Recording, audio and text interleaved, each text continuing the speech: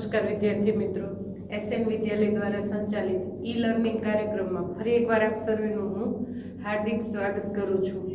ધોરણ 8 ની અંદર આપણે મમતા નામનું ચેપ્ટર લઈ અને પહેલું સત્ર જે છે એ પૂર્ણ કર્યું। આજે આપણે સેમ 2 શરૂ કરીએ છીએ। સેમ 2 ની અંદર પહેલું ચેપ્ટર છે પત્ર એવં ડાયરી। पत्र एवं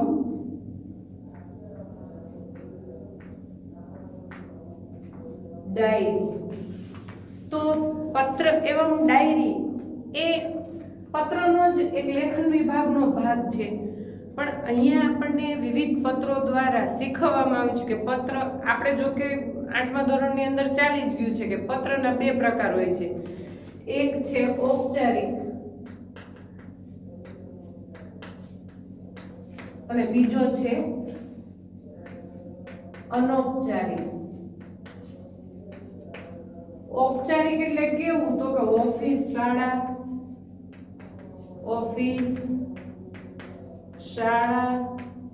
અથવા તો કોઈ સંસ્થામાં લખતા હોય, કોઈ બેંકમાં લખતા હોય તો એ બધું ઓફિશિયલ જે છે બધું ક્યાં આપશે? औपचारिकમાં। હવે વાત થઈ અનૌપચારિક। અનૌપચારિક એટલે સગા સંબંધી એને આપણે પત્ર લખીએ, જેમ કે માતા, પિતા, ભાઈ, મિત્ર। તો આ સંબંધ કેવો થયો? અનૌપચારિક। ઔપચારિક એટલે ઓફિશિયલ, અનૌપચારિક એટલે સગા સંબંધીઓને લખતા હોય તેવો પત્ર। તો જે ઓફિશિયલ છે એ ઓફિશિયલમાં કેવા પ્રકાર આવશે?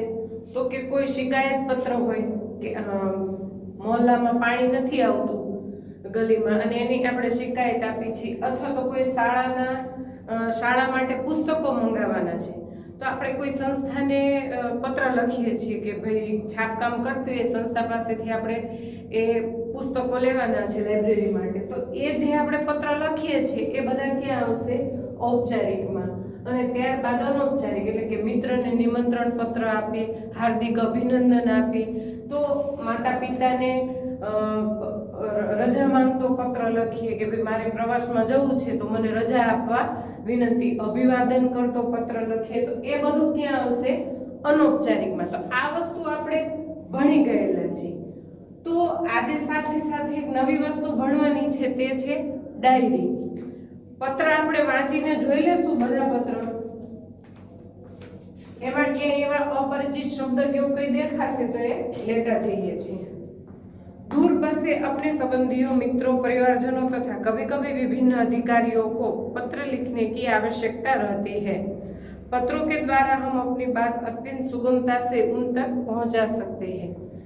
અત્યારે પત્રનો ક્રેઝ નથી, પણ એક જમાનો હતો કે પત્રનો એટલો સરસ ઉપયોગ કરવામાં આવતો। અત્યારે તો આપણે જાણીએ છીએ ટેકનોલોજી 21મી સદી, એક આંખના પલકારામાં પણ મેસેજ અહીંથી અહીંયા પહોંચી જાય છે, તો એની એક ઉપયોગિતા હતી।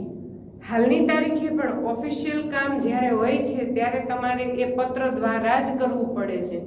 ઠીક છે, ઈમેલ કે એવી રીતે ચાલે છે, પણ મોટે ભાગે એ પત્ર વ્યવહાર જ હોય છે ગવર્મેન્ટના ઓલામાં। यद्यपि आजकल दूरभाषा એટલે કે telephone, email, internet, mobile phone आदि द्वारा भी यह कार्य किया जाता है, फिर भी पत्रों का महत्व कम नहीं हुआ है, क्योंकि पत्र के द्वारा विस्तार से अपनी बात व्यक्त की जा सकती है। पत्र के द्वारा विचारों को प्रेषित करना अन्य साधनों की अपेक्षा सस्ता है। अधिकारियों तक अपनी बात पहुंचाने, शिकायत करने, आवेदन या प्रार्थना आदि के लिए केवल पत्रों का ही सहारा लिया जाता है, अन्य साधनों का नहीं। જેમ કે તમારે કોઈ કલેક્ટરને અથવા તો કોઈ ઓફિસ મોટો વડો અધિકારી હોય એને આવેદન પત્ર આપવું છે તો એ આવેદન તમે ઈમેલ દ્વારા નથી દઈ શકતા, એ તમારે ફરજિયાત લેખિતમાં જ રજૂઆત કરવાની હોય છે। તો એ લેખિત રજૂઆત કરવા માટે પત્ર ઉપયોગી છે। ભલે ગમે એટલું ઇન્ટરનેટ, ઈમેલ આ તે આવી ગયું હોય, પરંતુ પત્રનું જે મહત્વ છે એ એની જગ્યાએ અલગ જ છે, એનો ઉપયોગ થાય જ છે અને આપણે કરવો પડે છે ને એ આપણા રોજિંદા જીવનની જરૂરિયાત પણ છે. આપણો પહેલો પત્ર છે તે નિમંત્રણ પત્ર છે. जन्मदिन के अवसर पर उपस्थित रहने के लिए मित्र को पत्र. હવે પત્રમાં તો બહુ નથી પડવું, પણ પત્ર શા માટે જરૂરી છે?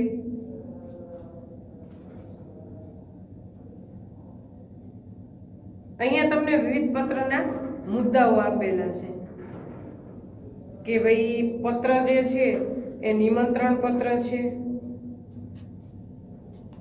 ત્યાર પછીનો જે બીજો છે એ બધાઈ પત્ર છે એટલે ધન્યવાદ દેતો પત્ર છે, ત્યાર પછીનો છે તે આશ્વાસન પત્ર છે, ત્યાર પછીનો જે છે એ અનુમતિ પત્ર છે એટલે કે રજા લેવી હોય કોઈ વડીલો પાસેથી, કોઈ આચાર્ય પાસેથી તો એનો પત્ર છે. અહીંયા આપણને પ્રવાસ में जाने की अनुमति के लिए पिता को पत्र, તો એ શેમાં આવશે? અનૌપચારિકમાં આવશે, કારણ કે લખનાર કોણ છે? દીકરો. કોને લખે છે? તેના પિતાજીને. અને છેલ્લો જે છે હજી તો છે છુટ્ટી કે લીએ પ્રધાન અધ્યાપક કો પત્ર એટલે કે આચાર્યને રજા માંગવા માટેનો પત્ર. ત્યાર પછીનો છે કાર્યાલયી પત્ર એટલે કે કોઈ અધિકારીને ગંદકી કે બારે મેં શિકાયત એટલે એને ભાઈ અમારા એરિયામાં આ ટાઈપની ગંદકી થાય છે તો જેનું નિવારણ કરવા રજૂઆત. એ રજૂઆત કરવા માટે આપણે શિકાયતી પત્ર લખવો પડે. એ ઈમેલથી થઈ જાય પણ એ જોવે ત્યારે થાય, એનું લેખિતમાં રજૂઆત કરેલી હોય તો એ તરત ઉકેલ આવી જાય છે. ત્યાર પછીનો છે તે વ્યાવસાયિક પત્ર છે. એ શેમાં આવશે? ઔપચારિકમાં આવશે એટલે કે પુસ્તક ભેજને કે લીએ પુસ્તક વિક્રેતા કો પત્ર. હવે ત્યાર પછી શરૂ થાય છે ડાયરી. પણ પત્રની અંદર ધ્યાનમાં રાખવા જેવી બાબત કઈ તો કે પત્રની અંદર ડાબી બાજુ એડ્રેસ,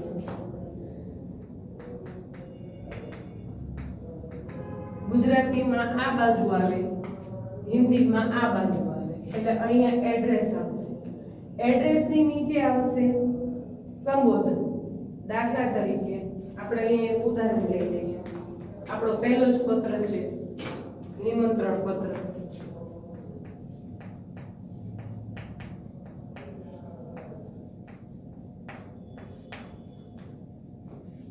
તો બુદ્ધનગર સોસાયટી,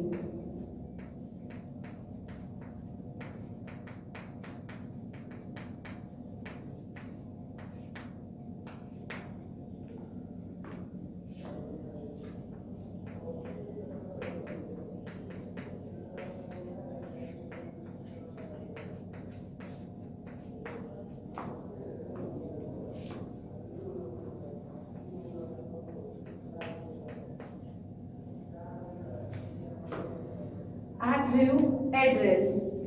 ડાબી બાજુ એડ્રેસ લખવાનું છે. એડ્રેસની નીચે તારીખ, આપણે આજની તારીખ નાખીએ તો આજે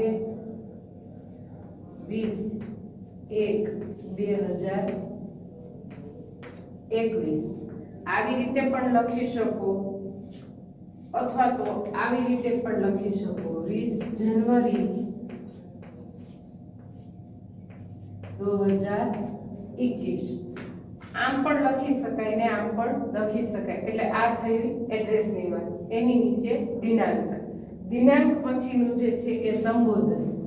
તો અહીંયા આપણે નિમંત્રણ આપવાનું છે તો પ્રિય મિત્ર ખાલી જગ્યા. આ થયું સંબોધન. તો દાई बाई और एड्रेस, एड्रेस के नीचे दिनांक, दिनांक के नीचे संबोधन. अब आती है क्षार की बारी. तो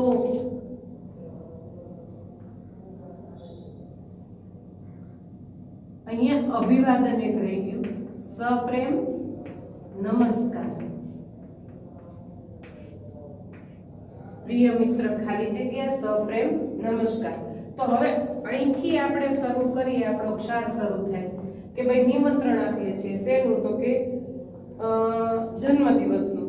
તો તમારા પાઠ્યપુસ્તકની અંદર આપેલું જ છે तुम्हें यह जानकर खुशी होगी कि अगले रविवार को मेरा जन्मदिन है. इस बार तो छुट्टी के दिन मेरा जन्मदिन है, इसलिए मैं सभी मित्रों को बुलाना चाहता हूँ और उन सबको आज निमंत्रण भेज रहा हूँ। तो એ પોતાના મિત્રને શોર્ટ એન્ડ સ્વીટ એટલે કે નાના નાના, જો એક તો બે ફકરા પાડેલા છે અંદર, અને લખાણ કેવું રાખવાનું, શોર્ટ રાખવાનું, કારણ કે તમે 2-3 પેજનો પત્ર લખો તો એ કોઈને વાંચવામાં ઇન્ટરેસ્ટ રહેતો નથી, એટલે કે પત્રનું લખાણ છે એ બને એટલું નાનું રાખવાનું, ટૂંકું અને સચોટ રાખવાનું, આપણે જે વાત કહેવા માંગીએ છીએ એ પણ આમાં આવી જવી જોઈએ। ત્યાર પછી પત્ર પૂરો થતા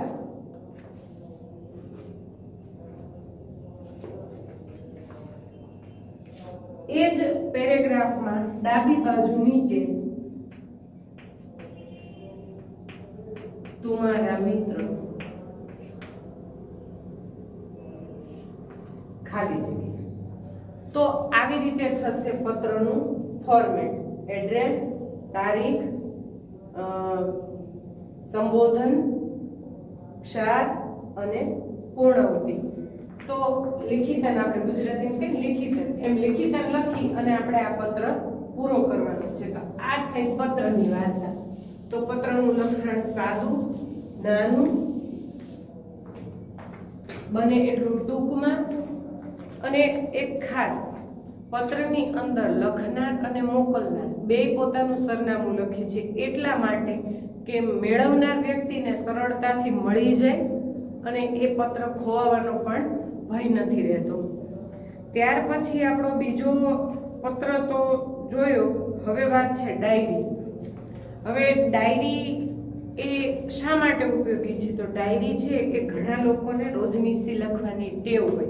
રોજનીશી એટલે કે આપણે આખા દિવસ દરમિયાન શું ખર્ચ કર્યો છે એ પણ એ ડાયરીની અંદર આવી જતો હોય। ગાંધીજી પણ પોતાના જીવનની બધી જ નાના નાના જે આપણે પુસ્તક છે સત્યના પ્રયોગો, એ એમનું ડાયરી લેખન જેવું જ છે।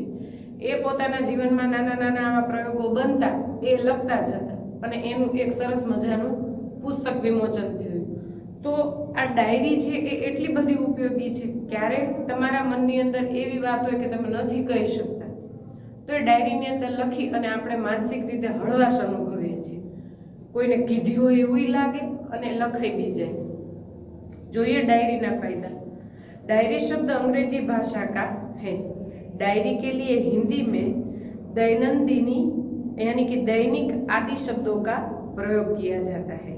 डायरी में निजी जीवन के प्रतिदिन घटित घटनाओं का लेखा जोखा रखा जाता है। डायरी पढ़ने से कभी व्यक्ति के जीवन में घटित घटनाओं, कार्यों या तथ्यों की जानकारी प्राप्त होती है। આપણને કોઈ સારો નેતા હોય કે કોઈ અભિનેતા હોય કે આવી જ્યારે મહાન વ્યક્તિઓ ડાયરી લખતી હોય ને, જો લખતી હોય તો એના જીવનની આપણને કંઈક, એના મૃત્યુ પછી કદાચ આપણા હાથમાં એની ડાયરી આવે તો આપણને એના જીવન વિશે કંઈક જાણવા મળે। સારી બાબતે હોય, ખરાબ બાબતે હોય, બેય છે, બધું જ સારું સારું હોય એવું ન હોય। તો એ સારી બાબત, એણે જીવનમાં કઈ રીતનું સ્ટ્રગલ કર્યું છે, કેવું જીવન જીવતા હતા, આ બધી જ આપણને ભાળ મળે છે। જેમ કે સરદાર વલ્લભભાઈ પટેલની વાત કરું તો એમણે એ જે લખતા હતા એ પ્રમાણે એવું જાણવા મળ્યું છે કે સરદાર વલ્લભભાઈ પટેલ જીવ્યા ત્યાં સુધી એક જ ઘડિયાળનો ઉપયોગ કરતા હતા। એ જીવન પર્યંત એક જ ઘડિયાળ, એક જ પેન, એ પેન એ જીવ્યા ત્યાં સુધી એમની સાથે હતી। તો આ મહત્વ આપણને એ વાંચ્યા પછી ખ્યાલ આવે કે આવું સાદું સરળ જીવન જીવેલા છે વ્યક્તિ। જોકે હતા ખૂબ પૈસાદાર વ્યક્તિ, ખૂબ ધનાઢ્ય હતા, પણ એમનું જીવન જે છે તે સાવ સાદું હતું। તો આ આપણને ડાયરી લેખન ઉપરથી જાણવા મળેલું। તો જે અમુક આઈએમપી તથ્યો છે એ આપણને એમાંથી મળી રહે છે। डायरी में व्यक्ति घटित घटनाओं के साथ साथ अपने मन में उठी प्रतिक्रियाओं की अभिव्यक्ति भी अंकित करता है, इसलिए हमें वैयक्तिकता होती है। डायरी प्रतिदिन, साप्ताहिक, पाक्षिक अथवा तो मासिक लिखी जाती है। એટલે કોઈ વ્યક્તિ એવું છે કે એમાં રોજ ટાઈમ નથી રહેતો તો ડાયરી છે એ રોજે રોજ પણ લખી શકાય, વીકમાં એકવાર પણ લખી શકાય, 15 દિવસે પણ લખી શકાય અને માસિક એટલે કે મહિને પણ લખી શકાય। જ્યારે બિઝી વ્યક્તિ હોય છે, જેને ટાઈમ જ નથી એવો કે ભાઈ હું આટલું લખાણ કરી શકું, તો એ વ્યક્તિ જે છે એ મહિને એકવાર આખા મહિના દરમિયાન શું શું ઘટના બની છે એની સાથે એ તમામે તમામ ઘટના એ ડાયરીમાં ઉતારી લે છે. ભવિષ્યમાં વાગોળવા યાદ આવે છે, ક્યારેક પોતાની ભૂલ હોય તો એ સુધારવામાં પણ કામ આવે છે, અને ક્યારેક કંઈક એવું બની ગયું હોય કે ભાઈ આપણે નથી કોઈને કહી શકતા, તો એ પણ ડાયરીમાં લખી શકાય છે અને મેન્ટલી રિલેક્સ થઈ શકાય છે. તો ડાયરી લેખનની વિશેષતા શું છે? તો ડાયરી જે છે એ ક્રમબદ્ધ લખવી જોઈએ. વિશેષતા જેમ આપણે કેમ પત્રની જોઈ કે પત્ર ભાઈ છે એ ઓફિશિયલ કામમાં ઉપયોગી છે, ક્યારેક આપણે રૂબરૂ ન જઈ શકીએ તો પત્ર દ્વારા વ્યવહાર કરી શકીએ છીએ, જાણકારી આપી શકીએ છીએ, અભિવાદન આપી શકીએ છીએ, પત્રનું લખાણ છે ટૂંકું હોવું જોઈએ, એડ્રેસ સાચું હોવું જોઈએ. તો આ છે ડાયરીની વિશેષતા. તો એમાં પહેલું જે છે એ છે ડાયરી લેખન ક્રમબદ્ધ હોતા है.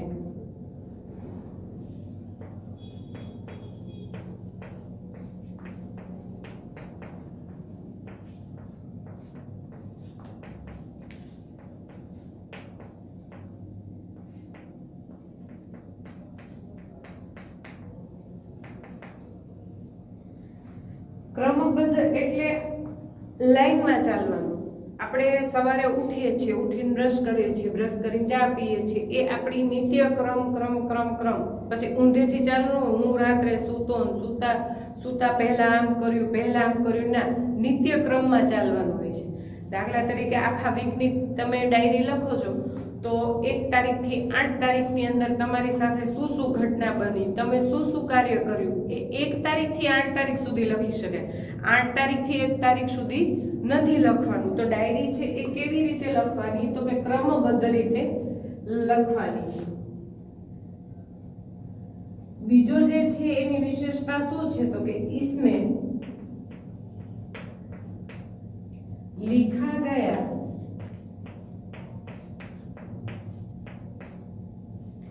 विवरण संक्षिप्त,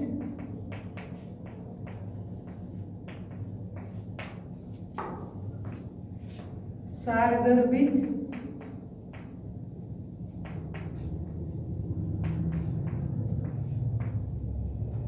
तथा वास्तविक हो.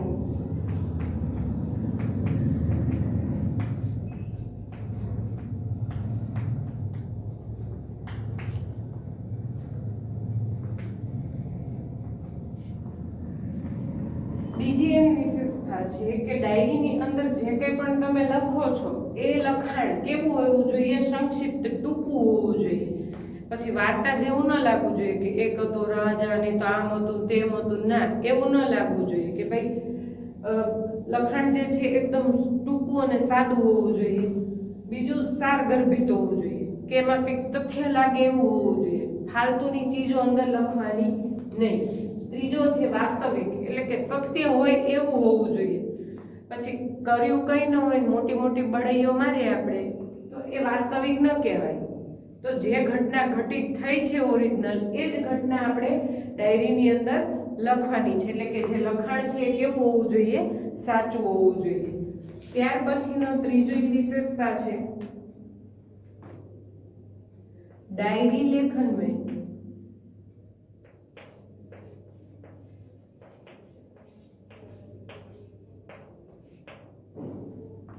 स्थान, तिथि, घटना, तथ्य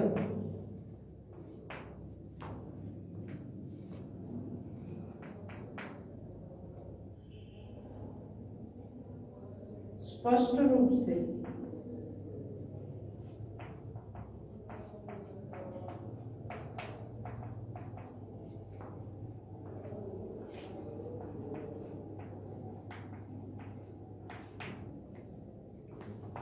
उल्लेख होना आवश्यक है.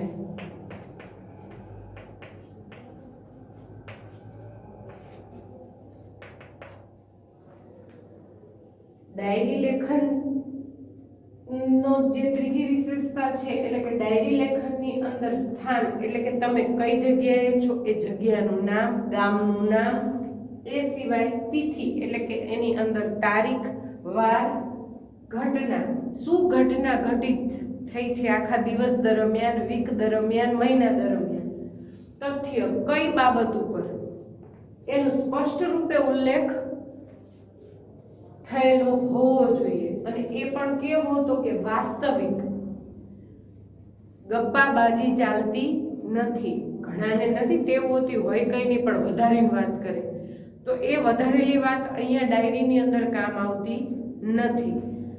શોર્ટ સ્વીટ લખાણ પ્લસ સાથે સ્થાન એટલે કે તમે જે જગ્યાએ છો તે તારીખ, વાર, એ ઘટના, એનું તથ્ય શા માટે આવી ઘટના ઘટી એ ટૂંકમાં લખો પણ કેવું સ્પષ્ટ રૂપ છે બીજાને સમજાય એ રીતે. ત્યાર પછીનો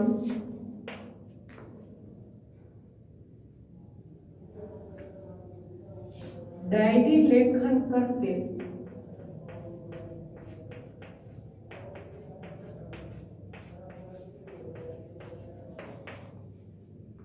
समय, आलोचना,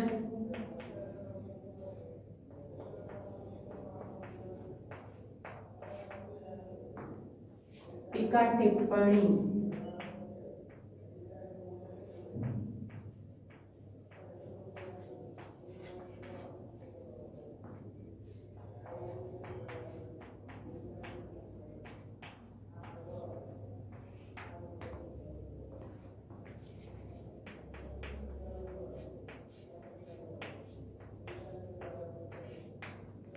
काल्पनिकता, चित्रात्मकता,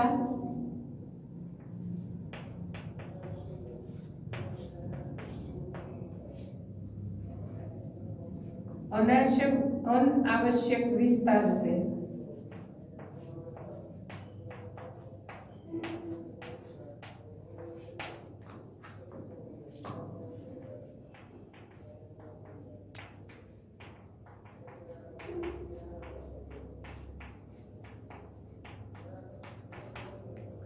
बचना चाहिए એટલે કે ડાયરી લખો છો એ સમયે કોઈના વિશે ખરાબ ન બોલવું, કોઈની ટીકા ટિપ્પણી ન કરવી, બને ત્યાં સુધી બનાવટીપણું ન દેખાડવું, જે કંઈ બન્યું જ નથી એ પ્રસંગ તમે લાવીને ઊભો રાખી દો તો એવું ન કરવું. એ સિવાય કાલ્પનિકતા, તમારા મગજના વિચાર તમે ડાયરીમાં ન લખી શકો. એ ડાયરી છે હંમેશા સત્ય ઘટનાને આધારિત હોય છે કે દિવસ દરમિયાન તમારી સાથે શું બન્યું છે એ લખવાનું છે, કલ્પનાની અંદર શું છે એ લખવાનું નથી. ચિત્રાત્મક, ચિત્ર જોઈ અને તમે વર્ણન કરો એવું કરવાનું નથી. અનાવશ્યક વિસ્તાર से बचना चाहिए. જે બિનજરૂરી વસ્તુ છે એનાથી જે ડાયરીનું લખાણ છે એને આ બધી વસ્તુઓથી દૂર રાખવી જોઈએ. ડાયરીને જે કંઈ પણ લખો એ સત્ય, સારું, શોર્ટ, ટૂંકું અને ક્ષારગર્ભિત લખવાનું. આ થઈ ડાયરીની વિશેષતા. હવે ડાયરીથી શું લાભ થાય? ડાયરી આ થઈ આપણે ડાયરીની વિશેષતા. હવે એ ડાયરી લખવાનો ફાયદો શું?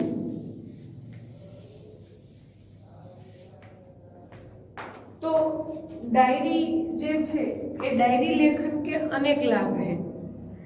इससे जीवन में घटी घटनाओं की जानकारी प्राप्त होती है. मैं तमने बात करी के भाई घणा मोटा जीवन एवा व्यक्ति छे जेने डायरी लखवानी टेव होय. दाखला तरीके धीरुभाई अंबाणी लई लईए आपणे. तो जो एमने डायरी लखवानी टेव हशे तो एमना छोकराओ डायरी वांचशे, एमनी सारी सारी बाबतो हशे ए जाणवानो प्रयत्न करशे, दुनिया समक्ष राखशे तो आपणे पण जाणवानो मोको मळशे. तो आ एक सारा व्यक्तिनुं जीवन चरित्र थयुं के भाई एमणे जीवनमां केवी केवी स्ट्रगल करेली छे ए आपणने ख्याल आवे. आ मैं तमने एक्झाम्पल आप्युं. तो एवा तो विश्वमां घणा बधा व्यक्तिओ छे जेना जीवनमांथी आपणने प्रेरणा मळे. तो ए डायरी छे ए जीवनमां घटित घटनाओं जे छे एनी आपणने जानकारी प्राप्त थाय छे.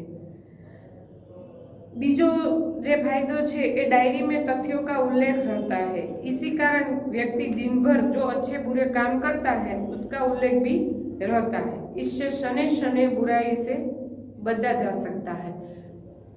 આપણે પહેલા જ વાત કરી કે ડાયરીની અંદર બધું સારું જોઈએ એવું નથી, અને દરેક કોઈ પણ વ્યક્તિ હોય એનામાં ખામી ન હોય એવું પણ નથી. તો આપણે દિવસ દરમિયાન જે જે કાર્ય કર્યા છે એ આપણે ડાયરીમાં ઉતારશું એટલે આપણે ખબર પડશે કે આ કામ જે છે એ આ દિવસ દરમિયાન મારાથી ખોટું થઈ ગયું. તો મદહદ અંશે થોડા પ્રમાણમાં એવું બને કે આપણે એ બુરાઈઓથી બચી શકીએ અથવા તો એનાથી આપણે દૂર રહેવાનો પ્રયત્ન કરી શકીએ. તો આ એનો મોટો બેનિફિટ છે ડાयरी. ત્યાર પછી છે डायरी ही ऐसा दस्तावेज है जिससे पढ़कर किसी भी व्यक्ति के जीवन के पिछले अनुभवों तथा घटनाओं की जानकारी और वह भी संबंधित व्यक्ति के शब्दों में प्राप्त की जा सकती है. એટલે કે જ્યારે આવી કોઈ મહાન વ્યક્તિ પોતાનું લખાણ લખે છે જીવનનું, તો એ શબ્દશ જાણવાની આપણને મોકો શેના દ્વારા મળે છે? ડાયરી દ્વારા મળે છે. એના સારા અનુભવો, ખરાબ અનુભવો. આપણે કોઈક સક્સેસ વ્યક્તિને જોઈએ ને એટલે આપણને પહેલા તો એમ જ થાય કે હે કેવી આની જીવનશૈલી તો જો કેટલી બ્રિલિયન્ટ, આમ તેમ. પણ એ વ્યક્તિ સક્સેસ થવા પાછળનું કારણ શું છે એ જાણવા માટે જો તમે એની ડાયરી વાંચો ત્યારે ખબર પડે કે ઓહો, આણે તો આટલું બધું જે દુઃખ છે એ ભોગવી અને આગળ આવેલા છે. હમણાં જ મારો એક અનુભવ તમને કહું તો રેમો ડિસૂઝા ડાન્સર બધા જ ઓળખે છે એને. તો એ રેમો ડિસૂઝા કઈ તરત અત્યારે આટલો આગળ નથી આવી ગયો, કેટલા બધા શોમાં જજ થાય છે આ તે, ના એવી રીતે તરત નથી આગળ આવ્યો. પણ એ એઝ એ ડાન્સર ઘણા બધાની પાછળ ડાન્સ કરતો હતો. એના ફાધર રેલવેમાં હતા એટલે કે રેલવેની નાની એવી ચાલી, એક જ રૂમની ચાલીમાં પોતે રહેતો તો સ્ટ્રગલ કરી છે, રેલવે સ્ટેશન ઉપર રાતોરાત સૂઈ રહ્યો છે, ત્યાર જઈને આટલી સક્સેસ મળી છે. હવે આ વ્યક્તિ પોતાની ડાયરી લખતો હોય તો એના છોકરા વાંચશે, એ લોકો સમક્ષ મૂકશે તો ઘણું બધું જાણવા મળે. આપણે ખાલી એટલું જ જાણીએ છીએ કે ઓહો રેમો ડિસૂઝા શૂઝ કેવા સરસ, લાખો કરોડોના શૂઝ પહેરે છે. એની એ સક્સેસ પાછળનું કારણ શું છે તો એ આ ડાયરી દ્વારા આપણે જાણી શકીએ છીએ, જો એ પોતાના જીવન વિશે લખતા હોય તો. આ તો એમણે અનુભવ શેર કરેલા હતા પોતાના, પણ જો એ લખતા હશે તો એમના બાળકોને એ જાણવા મળશે. હવે डायरी लेखन આપણને બે ઉદાહરણ આપેલા છે. એક છે अपने विद्यालय के पहले दिन की घटनाओं की अपनी डायरी में लिखे. એટલે કે તમે શાળાએ જાઓ છો, એ શાળાએ જતાનો પહેલો દિવસ, દાખલા તરીકે 1/4/2021, તો આપણું છઠ્ઠા મહિનામાં આપણે ખુલે છે તો આપણે 1/6 રાખીએ, 1/6/2021. એટલે કે પહેલો દિવસ, પહેલે દિવસે જઈને તમે શું કર્યું? તો અમે સવારે ઉઠીને શાળાએ ગયા, મસ્ત મજાના તૈયાર થયા હતા, તારીખા હતી, વારા હતો, આટલા શિક્ષકો હાજર હતા, અમે આવી મજા કરી, અમારો સમય પૂરો થયો, બેલ પડ્યો, અમે ઘરે પાછા આવ્યા. એટલે આ એક દિવસનું શાળાનું આપણું વર્ણન. બીજું છે વાર્ષિક પરીક્ષા કે એક દિન પૂર્વે કે અનુભવ को अपनी डायरी में लिखे. એટલે કે આ તારીખે, જો ઉપર તારીખ આપેલી છે કે આ તારીખે પરીક્ષા હતી, दाईं ओर एड्रेस, दिनांक और वार. उसके अलावा कल वार्षिक परीक्षा का पहला दिन है, रात्रि में 1 बज गए हैं परंतु नींद नहीं आ रही है. स्वाभाविक છે, परीक्षा એટલે આપણને ઊંઘ ન આવે.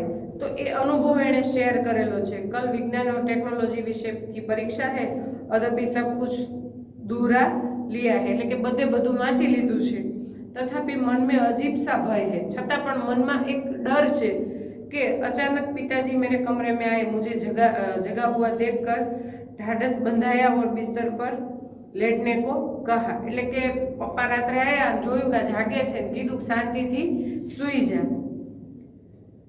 बत्ती बंद कर दी, बिस्तर पर पड़े भी नींद नहीं आ रही थी. पिताजी के चले जाने पर टेबल लैम्प जलाया और पुस्तक के पन्ने पुनः पलटने लगा. એટલે કે એક દિવસ અગાઉનું ટેન્શન છે કે ભાઈ કાલે ખબર નહીં પેપર કેવું નીકળશે, હું પેપર લખી શકીશ કે નહીં, પેપર લખતા મને આમ થઈ જશે, સારા વિચાર આવે, ખરાબ વિચાર આવે. તો એ વિચારનો અનુભવ એણે અહીંયા આપણને શેર કરેલો છે. આ થઈ પરીક્ષા પહેલાની એક દિવસ પહેલાની પોતાની ડાયરીનો અનુભવ. તો પત્ર અને ડાયરી બે આપણે જોયું। પત્ર આપણે અગાઉ પણ ભણી ગયેલા છીએ। પત્રના બે પ્રકાર છે, ઔપચારિક અનૌપચારિક। ઔપચારિક પત્ર ઓફિશિયલ હોય છે, અનૌપચારિક પત્ર સગા સંબંધીઓને લખીએ છીએ। આમાં નિમંત્રણ, બધાઈ અને અભિવાદન આપતો પત્ર હોય છે, જ્યારે ઓલામાં શિકાયત હોય, પછી अनुवादन होय, छुट्टियों के लिए, तो ये सारे पत्र है वो औपचारिक है। इसके अलावा डायरी की बात करें तो डायरी में दिनांक और वार लिखा जाता है और एक दिन की एक वीक की, 15 दिन की और महीने की, आप जो चाहे वो डायरी लिख सकते हैं। तो पत्र एवं डायरी जो हमारा सेम 2 का पहला पार्ट है, गद्य है, वो यहीं समाप्त करते हैं। नेक्स्ट पीरियड में नए टॉपिक के साथ मिलेंगे, तब तक के लिए रजा दीजिए। जय भारत।